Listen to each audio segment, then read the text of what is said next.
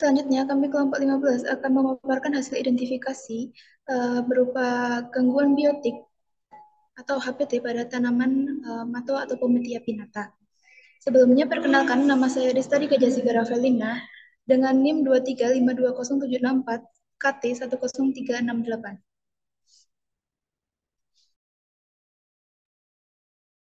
Saya Dia Mirani Artika dengan NIM 2351674 KT 10265.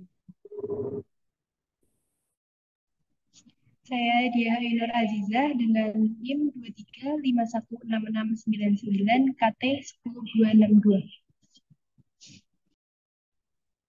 Saya Dinda Putri dengan NIM 23513434 KT 10187.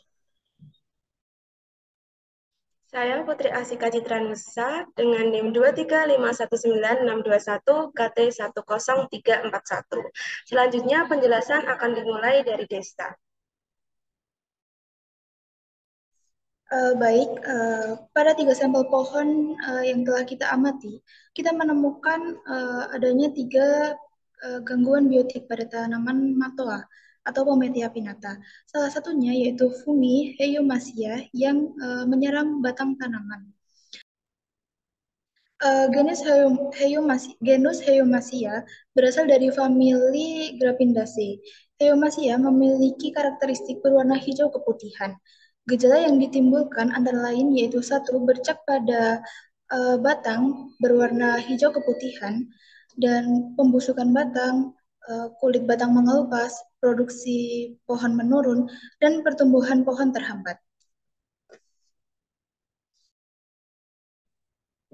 Selanjutnya adalah fungi Heyomasia memiliki dampak yang sangat besar terhadap keberlangsungan tumbuhan.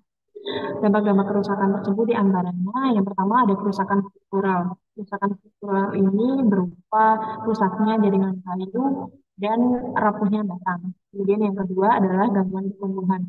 Karena fungi Heyomasia ini dapat mengganggu proses fotosintesis dan transportasi nutrisi pada dalam tumbuhan sehingga pertumbuhan akan terhambat.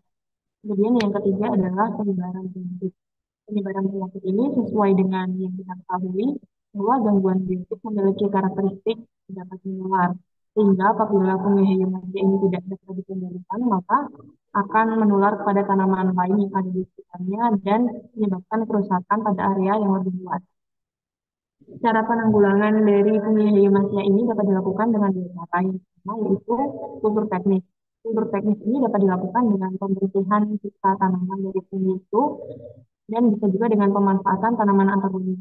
Contohnya adalah kunyit, lengkuas, dan lidah. Kemudian metode yang kedua adalah penanganan secara biologis. Penanganan secara biologis ini dapat dilakukan dengan pemanfaatan jamur Trichoderma conigyi yang juga termasuk sebagai cendawan antagonis. Oke, selanjutnya yaitu gangguan biotik yang terjadi pada pohon matua. Nah, di pohon matua ini kita menemukan ada 3 jenis eh, gangguan biotik. Nah, salah satunya adalah hama. Nah, di hama ini kita juga menemukan ada 3 jenis hama yang menyerang pohon matua tersebut, yaitu ada ular, semut, dan rayap. Ketiga hama tersebut memiliki pengaruh nyata terhadap penampakan morfologi pada pohon matua. Contoh gejalanya yaitu lubang pada daun di pohon matua yang disebabkan oleh ulat. Kemudian ada noda hitam atau butiran kecil berwarna gelap di batang di permukaan daun yang ditinggalkan oleh ulat. Kemudian ada daun yang tergulung atau terlipat akibat dijadikan rumah oleh semut. Dan yang terakhir adanya bekas rumah rayap yang ada di permukaan batang matua.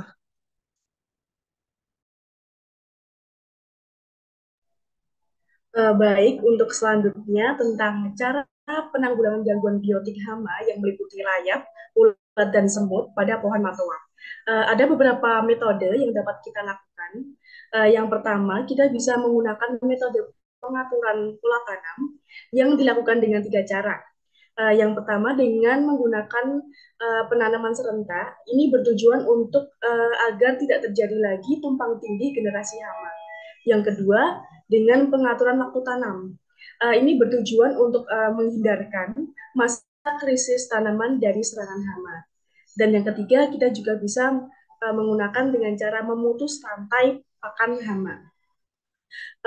Metode yang kedua, kita bisa menggunakan pemanfaatan musuh alami yang berupa pemangsa hama serta patogen dan parasit yang menyebabkan hama terserang penyakit. Patogen sendiri yang adalah serangga yang menyebabkan serangga hama terserang penyakit dan akan mati. Dan parasit adalah musuh alami yang akan memanfaatkan serangan hama sebagai inang, kemudian akan mati. Dan yang ketiga, metodenya adalah dengan cara mengendalikan fisik dan mekanik dengan cara memungut dan memusnahkannya secara langsung. Berarti kita bisa langsung mengambil hama pada pohon matua tersebut dengan cara pengambilan ulat atau semut di pohon matua tersebut. Dan yang keempat, kita juga bisa menggunakan penggunaan varietas tahan terhadap tahu. Bisa dilanjut? Baik, untuk selanjutnya adalah benalu.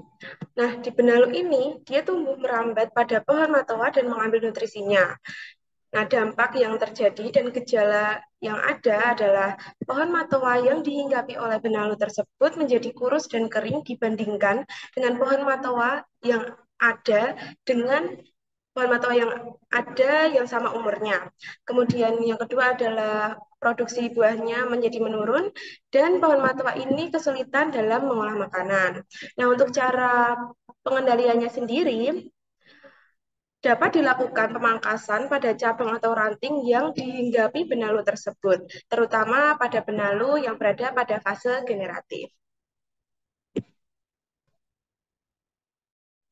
Baik, sekian penjelasan dari hasil identifikasi kami mengenai gangguan biotik pada tanaman matoa atau Pometia pinnata. Kurang lebihnya mohon maaf. Terima kasih. Wassalamualaikum warahmatullahi wabarakatuh.